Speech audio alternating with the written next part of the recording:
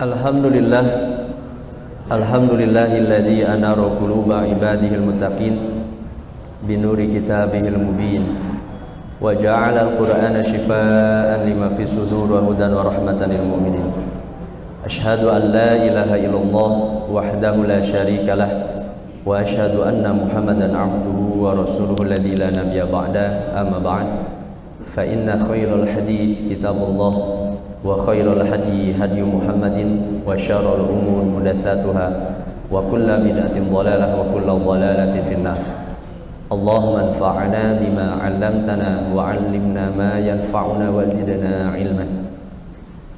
Hadirin ikhwafillah rahimani wa rahmatullah, Bapak Ibu semua yang dimuliakan oleh Allah. Kita masih melanjutkan bab keutamaan al-buka min khasyatillah, keutamaan menangis karena takut kepada Allah. Saya teringat hadirin dengan ketika Nabi satu waktu sholat malam dan menangis di hadapan Allah. Mungkin Bapak Ibu semua dulu pernah ingat ya, saya pernah sampaikan satu waktu Nabi membaca salah satu ayat di dalam surat Al-Maidah, wa in tu'adzibuhum fa innahum ibaduk wa in taghfir lahum fa innaka antal azizul hakim.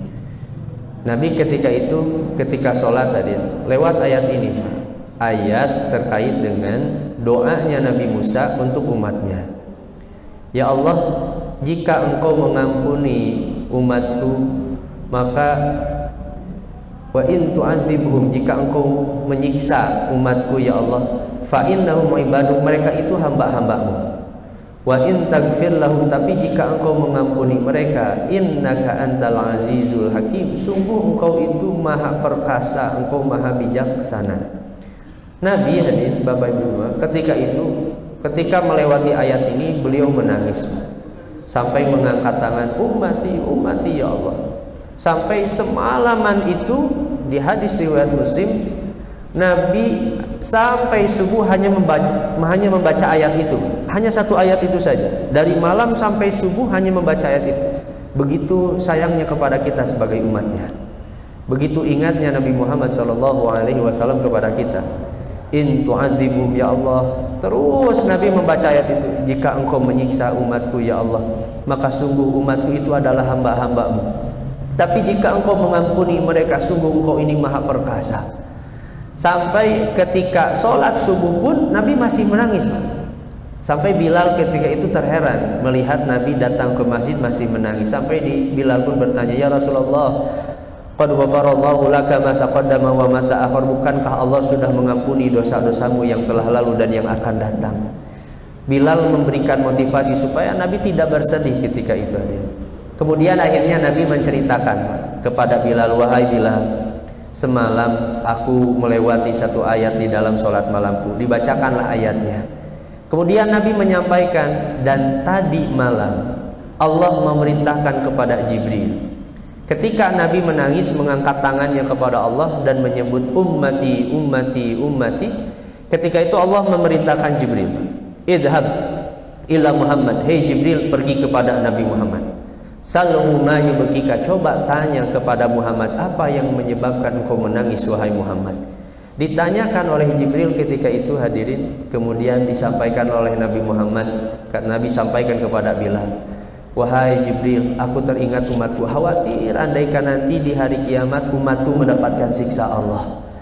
Disampaikanlah hal itu kepada Jibril. Kemudian ketika itu Allah Subhanahu wa taala berfirman kepada Jibril alaihissalam, sampaikan kepada Muhammad, inna sanurdika wala nasuka, sungguh kami telah meridhai engkau wahai Muhammad, dan kami tidak akan berbuat buruk kepada dirimu. Ketika itu Nabi menyampaikan kepada Bilal, wahai Bilal, karena malam tadilah akhirnya Allah memberikan izin kepada diriku bisa memberikan syafaat nanti kepada umatku di hari kiamat. Karena doanya Nabi Muhammad, karena menangisnya, betul. Menangis itu wujud ketulusan hadirin. Kalau seorang sudah benar ketulusan, keikhlasannya, beribadah, tunduk pasrahnya kepada Allah, tangisan itu sebagai wujud bukti benar ketulusan beribadah kepada Allah, itu menangis. Seperti halnya Nabi Muhammad SAW. Makanya para ulama salafus saleh itu sering kali hadir sengaja menjadikan diri itu supaya takut, supaya menjaga hati itu tetap terasa lembut dengan menanamkan rasa takut kepada Allah. Di antaranya ada seorang ulama yang bernama Rabi bin Husaim rahimahullah. Rabi bin Husaim itu hadirin, itu beliau sengaja buat kuburan di rumahnya. Sengaja di rumahnya. Untuk apa? Kalau Rabi bin Husaim berbuat dosa, maka Rabi ketika itu akan masuk ke dalam kuburannya itu. Kemudian dia berbaring di bawah kuburan yang ia buat sendiri sambil membacakan ayat ke-99 sampai 100 dalam surat Al-Mu'minun. Bunyi ayatnya adik, Rabbirji'un la'alli a'malu sholihan fima tarak. Ya Allah, sambil berbaring. Kalau Rabi bin Husaim melakukan satu dosa, dia akan berbaring menanamkan rasa takut ke dalam diri. Ya Allah, keluarkan aku, kembalikan aku ke dunia. Padahal ketika itu masih hidup tentunya. Kembalikan aku ya Allah agar aku bisa beramal sholih, aku bisa memperbaiki amal-amalku, tidak seperti amal-amal burukku yang telah aku lalui. Sengaja Rabi bin Husaim setiap kali berbuat dosa, beliau ingin menanamkan rasa takut itu kepada Allah. Nah hadirin Bapak Ibu semua, disinilah menangis itu wujud khosyah, bukan sebatas hanya dibuat-buat, tapi memang orang-orang solidarius itu mereka menangis karena wujud khosyah, lembutnya hati. Semakin hati itu lembut, maka akan semakin mudah menangis, semakin mudah tersentuh dengan ayat Al-Quran. Kita sering hadirin membaca ayat Al-Quran, hati mereka bergetar, kulit mereka bergetar, karena memang seperti itulah orang-orang yang beriman ketika membaca Al-Quran, mudah tersentuh. Nah Bapak Ibu semua yang dimuliakan Allah, di antara keutamaan yang Nabi SAW sampaikan di malam ini hadis terakhir pada bab ini tadi. Nabi menyampaikan hadis yang masyhur, di antara keutamaan menangis di hadapan Allah itu, mereka di antara orang yang termasuk 7 golongan mendapat naungan Allah Azza wa Jalla. Kan nanti itu di hari kiamat dulu ketika kita membahas salah satu ayat di surat Al-Mutaffifin. Yauma yaqumun nasu li rabbil alamin. Ketika seluruh manusia berdiri di hadapan Allah. Berapa lama orang-orang nanti ketika dibangkitkan oleh Allah setelah seluruh makhluk diwafatkan oleh Allah, kemudian ditiupkan untuk menghidupkan kembali seluruh makhluk. Ketika dihidupkan itu kemudian dikumpulkan kita nanti di padang mahsyar, satu tempat, matahari didekatkan oleh Allah hanya beberapa mil saja, yang akan menentukan baik dan tidaknya kedudukan kita ketika itu hanya amal-amal kita didekatkan. Bahkan kalau dalam surat Al-Haqqah, betapa agungnya Allah Azza wa Jalla, kan Allah sampaikan yauma ini yahmilu arsya rabbika yauma ini tsamaniyah, nanti ada para malaikat yang mengangkat arasy Allah sebanyak 8 malaikat. Tapi kata Nabi, ini malaikat pembawa arasy itu, satu malaikat pembawa arasnya, kalau kita ingin tahu bagaimana besarnya malaikat arasy, di hadis riwayat Abu Daud kata Nabi, udzina li an uhadditsa, aku diizinkan oleh Allah untuk menyampaikan min malaikatillah, di antara malaikat-malaikat Allah, min malakil arsy, malaikat pembawa arasy. Kata Nabi, baina syahmati udzunihi, jarak antara ujung kupingnya ila atikihi, sampai pundaknya, itu jaraknya sab'u mi'ati am, jaraknya 700 tahun perjalanan dari ujung kuping sampai pundak. Itu satu malaikatnya, ada 8 malaikat. Hadirin ibu-ibu, kalau naik beca 700 tahun, tapi mana kira-kira Jarak antara ujung kuping sampai pundaknya malaikat saja kata Nabi itu 700 tahun perjalanan. Satu malaikat, 8 malaikat yang membawa. Andaikan malaikatnya saja, satu malaikat itu sebesar seperti itu, besarnya seperti itu, kira-kira seperti apa besarnya arasy Allah? Kalau arasy Allah terbayang oleh kita begitu besarnya, makanya bayangkan bagaimana besarnya zat Allah Azza wa Jalla nanti terlihat oleh seluruh makhluk ketika nanti di hari kiamat, Pak. Begitu agungnya. Makanya wajar kalau kita di setiap takbir, hadirin, setiap gerakan sholat kan yang paling banyak itu takbir, hadirin. Allahu Akbar, Allahu Akbar. Karena supaya terasa hati kita itu benar-benar memahabesarkan Allah, karena zat yang paling besar hanyalah zat Allah Azza wa Jalla. Tidak ada yang lebih besar dari Allah Azza wa Jalla. Dulu ya, jadi kalau kita ingin membayangkan perbandingan besarnya alam semesta, arasy Allah dengan kursi Allah, kata Syekh Utsaimin di beberapa riwayat, kalau kita berada di padang pasir yang teramat luas, kita temukan satu lubang kecil, maka lubang kecil itu adalah alam semesta yang sekarang kita diami. Dan padang pasir yang luas yang ribuan kilometer itu, maka itulah kursinya Allah. Kemudian kalau kita berada di padang pasir yang teramat luas, ribuan kilometer luasnya, kita menemukan lubang yang kecil, maka lubang kecil itu adalah kursi Allah. Dan padang pasir yang luas itu adalah arasy Allah Azza wa Jalla. Betapa kecilnya, hadirin Bapak Ibu semua yang dimuliakan oleh Allah. Andaikan ada jutaan orang kufur bermaksiat kepada Allah, Allah tidak akan pernah rugi, hadirin. Allah masih memiliki makhluk-makhluk yang begitu agung, yang begitu mulia, para malaikat yang senantiasa taat kepada Allah, tidak pernah bermaksiat kepada Allah Azza wa Jalla. Andaikan orang ada jutaan tidak sholat, Pak, Allah gak akan pernah rugi sedikit pun. Allah masih memiliki makhluk-makhluk yang agung, diantaranya adalah malaikat-malaikat Allah. Nah, ketika itu Allah sampaikan, yauma idzi tu'raduna la takhfa minkum khafiyah. Ketika orang-orang dikumpulkan nanti, ditampakkan oleh Allah seluruh amal-amalnya ketika begitu. Nah, ketika di padang mahsyar itulah Nabi SAW sampaikan, sab'atun yudhilluhumullah fi dhilli yauma la dhilla illa dhilluh. Ada 7 kelompok golongan yang Allah berikan naungan, perlindungan.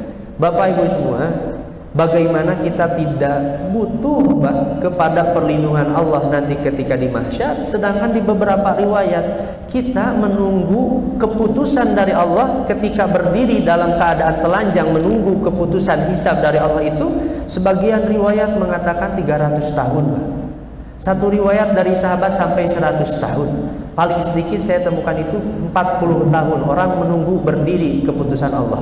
Makanya di surat An-Naba kan, yauma yaqumur ruhu wal malaikatu shaffa la yatakallamuna illa man adina lahur rahman wa qala shawaba. Ketika ruh Jibril alaihissalam ketika itu berdiri di hadapan Allah, seluruh makhluk berdiri di hadapan Allah, hanya ada satu orang saja yang diizinkan oleh Allah meminta izin agar disegerakan keputusan itu. Siapa? Nabi Muhammad SAW.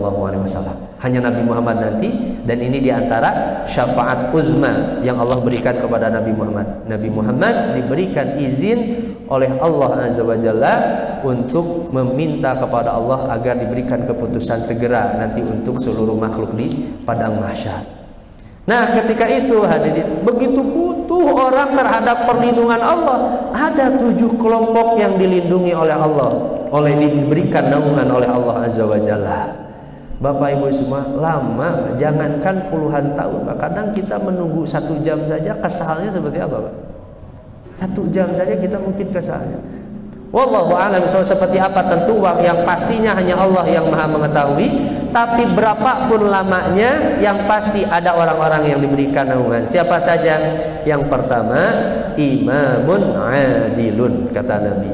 Para pemimpin yang adil. Memimpin di sini bukan hanya pemimpin tertinggi, Pak, khalifah, presiden, atau orang-orang yang punya jabatan tertinggi. Bahkan para ulama menafsirkan, menjelaskan dalam syarah hadis, imam di sini termasuk imam-imam yang paling terkecil.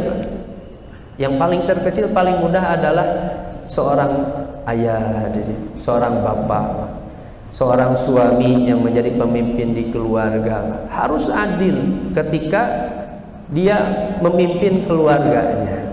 Nah, pemimpin yang adil. Kenapa pemimpin yang adil ini diberikan naungan oleh Allah? Karena kata para ulama, biasanya para pemimpin itu ketika punya jabatan, kekuasaan, itu mudah melakukan segala sesuatu yang ia inginkan, Pak. Dia tinggal tanda tangan, cair ratusan juta. Para pemimpin terkadang mudah untuk melakukan segala yang ia inginkan, segala sesuatu yang ia inginkan.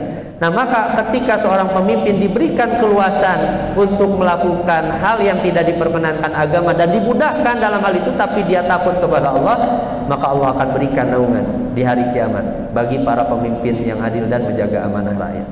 Kedua, syabun nasya'a fi ibadatillah, para pemuda yang tumbuh kembang, bertumbuh beribadah di jalan Allah Azza wa Jalla. Kalau kata Syekh Ulwan itu, batasan pemuda itu, batasannya puncak kematangan pemuda itu 40 tahun. Jadi di bawah 40 tahun ini sudah dewasa. Nah, di bawah 40 tahun. Kenapa para pemuda ini diberikan naungan oleh Allah?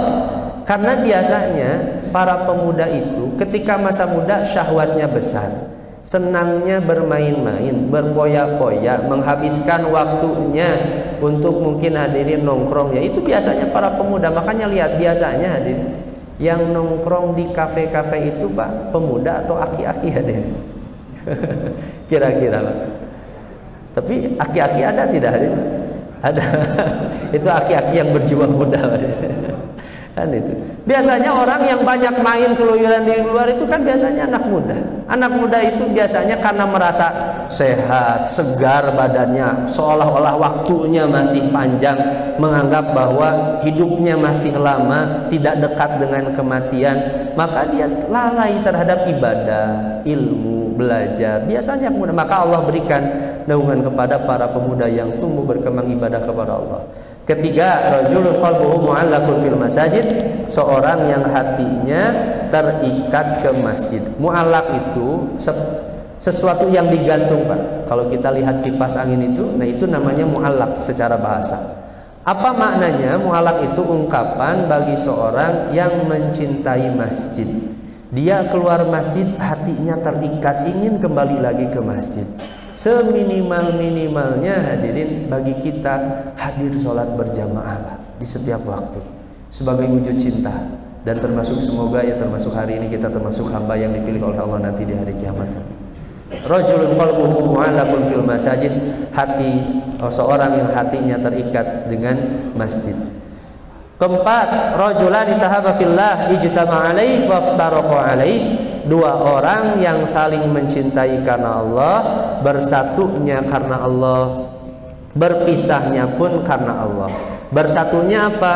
Dia merekatkan ukhuwah. Berpisahnya karena Allah, maksudnya apa? Kalaupun berpisah tidak saling menggibah, membicarakan keburukan satu sama lain. Itu maknanya waftaraqa alaihi atau watafarraqa alaihi, berpisah karena Allah. Karena kadang hadirin ada orang, Pak, di depan baik, Pak, tapi di belakang mengumumkan hadirin.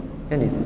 Ada orang di depan baik. Nah, makanya waftaraqa alaihi kata Nabi, dia berpisahnya pun karena Allah. Meskipun di belakang dia tidak mau membicarakan keburukan saudaranya. Dua orang yang saling mencintai karena Allah. Kalau kata Mu'ad, wujud cinta karena Allah itu wujudnya, kata beliau, la yazidu bil khair wa la yankusu bil jafa. Tidak akan bertambah cinta seorang itu karena kebaikan orang lain, dan tidak akan berkurang cinta seorang itu karena keburukan orang lain.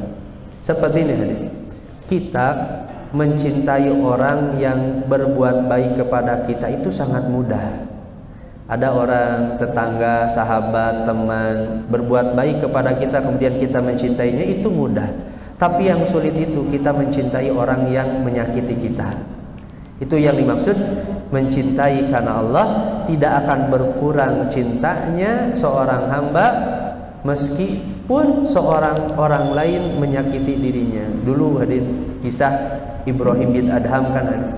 Ketika dipukul oleh seorang tentara, seorang tentara ini tidak tahu yang dipukulnya ini seorang ulama, Ibrahim bin Adham. Sampai keesokan harinya datang seorang tentara ini kepada Ibrahim bin Adham meminta maaf. Wah Ibrahim, maafkan saya tidak tahu itu adalah engkau ketika kemarin. Ya maaf.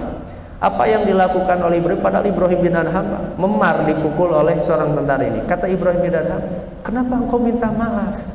Justru aku yang harus berterima kasih kepada dirimu, kata Ibrahim.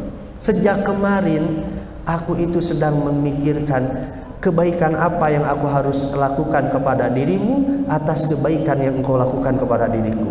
Begitu lembutnya Ibrahim bin Adham. Jadi ketika disakiti, Ibrahim itu menganggap itu kebaikan yang dilakukan. Kenapa? Karena kan orang beriman itu faham hadirin. Ketika kita disakiti oleh orang lain, dizolimi oleh orang lain, mungkin kita dibicarakan, hadirin, difitnah, diambil haknya. Bagi orang beriman, kita ini sedang diangkat derajat oleh Allah. Kita sedang dihapus, dibersihkan dosa-dosanya. Makanya Ibrahim bin Adham mengatakan, justru dari kemarin aku itu berpikir kebaikan apa yang aku harus berikan kepada dirimu, ya, atas kebaikan yang kau lakukan kepada diri ini, kata Ibrahim bin Adham. Kemudian kelima, wa rajulun da'athu imra'atun dzatu mansibin wa jamal. Yang kelima, kata Nabi, seorang yang diajak berzina oleh seorang perempuan yang memiliki kedudukan, memiliki kecantikan, faqala inni akhafullah, kemudian ia mengatakan, sungguh aku lebih takut kepada Allah Azza wa Jalla. Dia tinggalkan meskipun diajak berzina oleh seorang perempuan yang cantik. Karena biasanya syahwat seorang itu, apalagi ketika diajak itu begitu besar, maka dia tinggalkan sesuatu karena Allah. Allah akan ganti nanti di padang mahsyar dengan kemuliaan yang lebih mulia dari itu, diberikan lindungan oleh Allah, naungan oleh Allah. Keenam, rajulun tasaddaqa bi shadaqatin, seorang yang bersedekah dengan satu sedekah, fa akhfaha hatta la ta'lama shimaluhu ma tunfiqu yaminuh, sampai tangan kirinya tidak mengetahui apa yang diinfakkan tangan kanannya. Ini kiasan bagi seorang yang senang berbuat baik tapi tidak senang disebut namanya. Orang yang tulus ketika bersedekah, berinfak ke masjid, dia tidak senang dilihat oleh orang lain. Tapi catatannya, kalau kata para ulama, ini bagi sedekah sunnah. Tapi kalau sedekah wajib seperti zakat fitrah, itu lebih baiknya terang-terangan. Lebih afdal itu terang-terangan, sebagaimana kita sering memberikan zakat fitrah kan ke masjid. Tapi kalau sedekah sunnah, nah ini kemungkinan yang dimaksud menginfakkan dengan tangan kanannya yang sampai tidak tahu tangan kirinya, itu dimaksud adalah sedekah sunnah. Kita memberikan harta dari kelebihan harta kita, Pak, untuk pendidikan madrasah, masjid, atau kita memberikan kepada orang yang membutuhkan, tapi kita tidak mau diketahui bahwa kita ini diantara seorang hamba yang dilindungi oleh Allah, diberikan naungan oleh Allah Azza wa Jalla. Nah, dan yang terakhir, dan ini yang dimaksud. Nah, sengaja Imam An-Nawawi mencantumkan hadis ini. Mengapa? Karena diantara orang yang akan diberikan naungan oleh Allah itu rajulun dzakarallaha khaliyan fa fadat aina, seseorang yang mengingat Allah khaliyan, dalam keadaan sendiri. Nah, lihat, ini anjuran bagi kita untuk menyisihkan waktu di antara 24 jam untuk beribadah hanya berduaan dengan Allah. Jadi tidak hanya bagi kita ibadah jamaahnya sholat berjamaah, tapi harus ada di antara 24 jam itu kita hanya berduaan dengan Allah. Kita berdialog, kita menyebutkan satu persatu kesalahan kita, kemudian satu persatu kesalahan itu kita istighfari, kita tobat, ya Allah aku bertobat terhadap dosa ini, dosa ini, dosa ini, dosa ini. Hanya berduaan ketika itu dengan Allah, dan ini sangat layak, cocok ketika di waktu jam tengah malam. Karena tengah malam ketika tidak bising, hati seorang tertuju, terpusatkan perhatiannya, fokus ketika itu untuk berzikir. Nah ini di waktu malam. Rajulun dzakarallah, seorang yang mengingat Allah, khalian, dalam keadaan sendiri, fa fadat ainah, sampai kata Nabi terjatuh, dia menangis, air matanya berjatuhan karena takut kepada Allah Azza wa Jalla. Seperti hadis yang sudah kita bahas, la yalijin nar, tidak akan tersentuh api neraka, ainun bakat min khasyatillah, mata yang menangis karena Allah Azza wa Jalla. Harus hadirin kita mengingat-ingat kenikmatan yang begitu agung yang Allah berikan. Berapa kali kita berbuat dosa, berapa kali kita berbuat maksiat, tapi Allah masih memberikan nikmat untuk kita.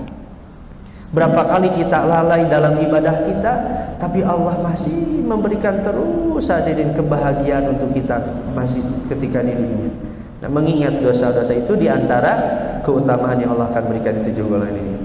Hadirin Bapak Ibu semua yang dimuliakan oleh Allah. Nah ini beres alhamdulillah untuk bab ini. Ini sebagai penutup saya ingin bacakan satu kisah Pak dari Umar bin Khattab. An Ka'bin, dari Ka'ab, qala li Umar bin Khattab. Satu waktu Umar bin Khattab berkata kepada Ka'ab. Ka'ab ini seorang sahabat senior, imam pertama bukan Ubay bin Ka'ab. Ini Ka'ab itu diantara sahabat yang dulu bertobat kepada Nabi. Nah, ketika perang, diantara sahabat senior. Umar ketika itu berkata kepada Ka'ab radhiyallahu anhu, wa ana indah, kata Ka'ab, aku bersama Umar. Ya Ka'ab, khawifna, wahai Ka'ab, buatlah aku menjadi takut kepada Allah Azza wa Jalla. Padahal kan kita ketahui bagaimana keimanan Umar bin Khattab, orang terbaik setelah Abu Bakar As-Siddiq, kata Nabi. Tapi Umar meminta nasihat kepada Ka'ab. Ka'ab, jadikan aku takut kepada Allah. Qala faqultu, maka kemudian Ka'ab ketika itu mengatakan kepada Umar bin Khattab, ya Amirul Mukminin, wahai Amirul Mukminin, awalaysa fikum kitabullah, bukankah kamu memiliki Al-Quran? Kan Umar itu hafal Al-Quran. Hadirin Bapak Ibu semua, jangan punya anggapan para sahabat itu hadirin mungkin hanya belajar kepada Nabi, tidak menghafal Al-Quran. Kata para ulama itu banyak, termasuk Abu Bakar As-Siddiq, Umar bin Khattab, Abdullah bin Mas'ud, Ibnu Abbas. Ini para sahabat yang hafal Al-Quran. Itu para sahabat hafal Al-Quran. Nah, bukankah Al-Quran itu sudah ada di dalam hatimu? Al-Quran kan sudah ada di dalam hati Umar. Tapi kenapa Umar meminta nasihat? Wa hikmatu Rasulullah SAW, bukankah wahai Umar, hikmah Nabi pun ada di dirimu? Berapa lama Umar berjuang bersama Nabi?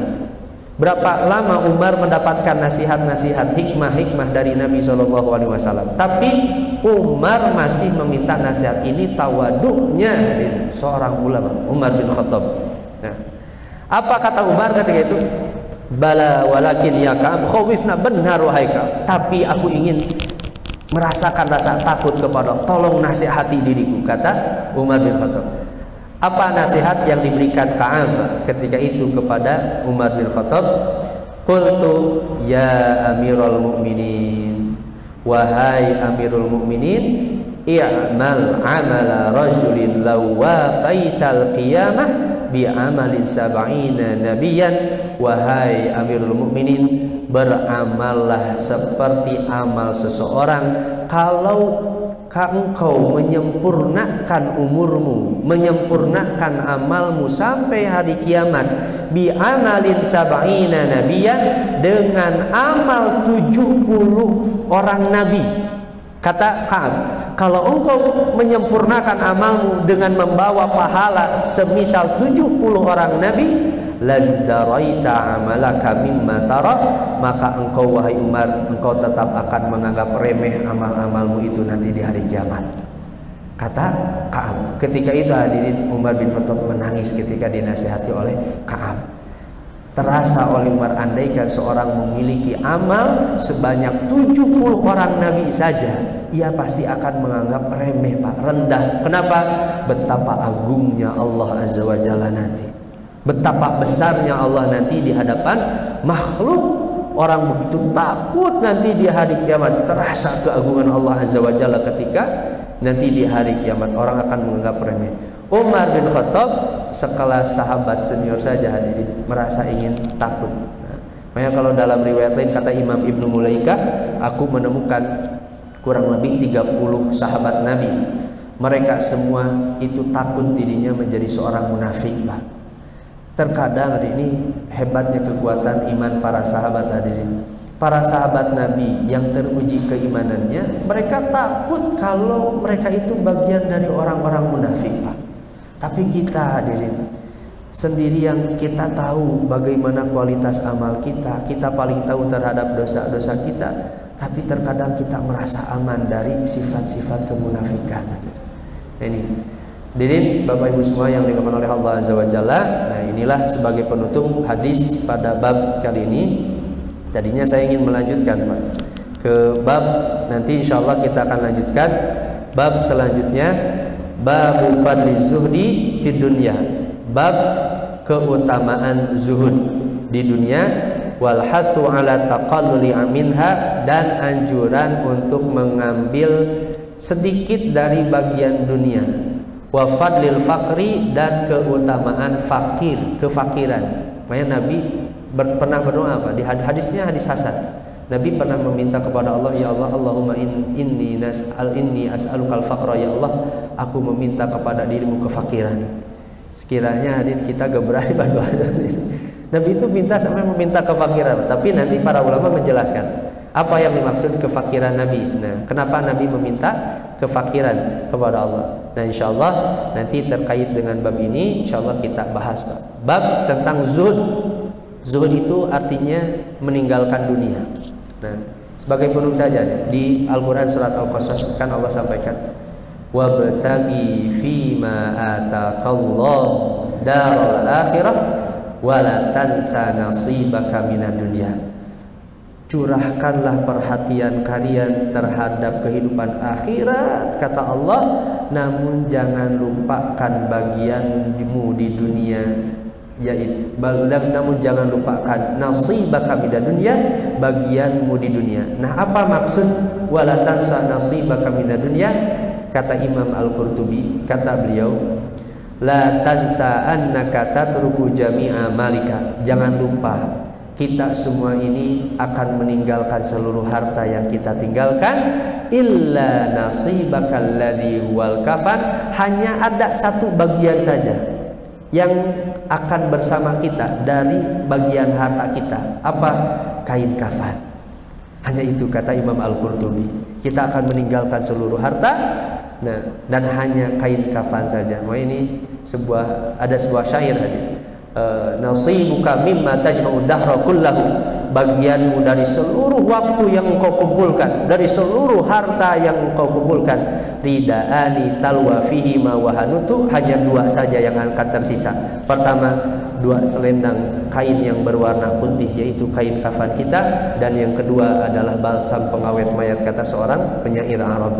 Hanya itu yang akan menemani kita. Nah, ini insyaallah di pertemuan selanjutnya kita akan masuk kepada bab fadliz zuhdi fid dunya, bab tentang zuhud, meninggalkan dunia. Bagaimana pembahasannya? Insyaallah nanti kita akan bahas di pertemuan selanjutnya. Baik hadirin Bapak Ibu semua yang dimuliakan oleh Allah, hanya itu pada malam ini yang bisa saya sampaikan. Berapa menit lagi, Pak? Masuk ke sholat Isya. 3 ya, mungkin cukup kita sambil menunggu waktu sholat. Nah, kita memohon kepada Allah semoga Allah hadirkan keberkahan untuk amal-amal kita. Allah kuatkan iman dan amal soleh kita dari pembahasan ini. Semoga Allah menjadikan kita semua hamba-hamba yang memiliki rasa takut kepada Allah. Rabbana la tuzigh qulubana ba'da idh hadaitana wa hab lana min ladunka rahmah innaka antal wahhab. Rabbana atina fid dunya hasanah wa fil akhirati hasanah wa qina adzabannar. Subhana rabbika rabbil izzati amma yasifun wa salamun alal mursalin walhamdulillahi rabbil alamin. Aqulu qouli hadza wa astaghfirullah li wa lakum. Assalamualaikum warahmatullahi wabarakatuh.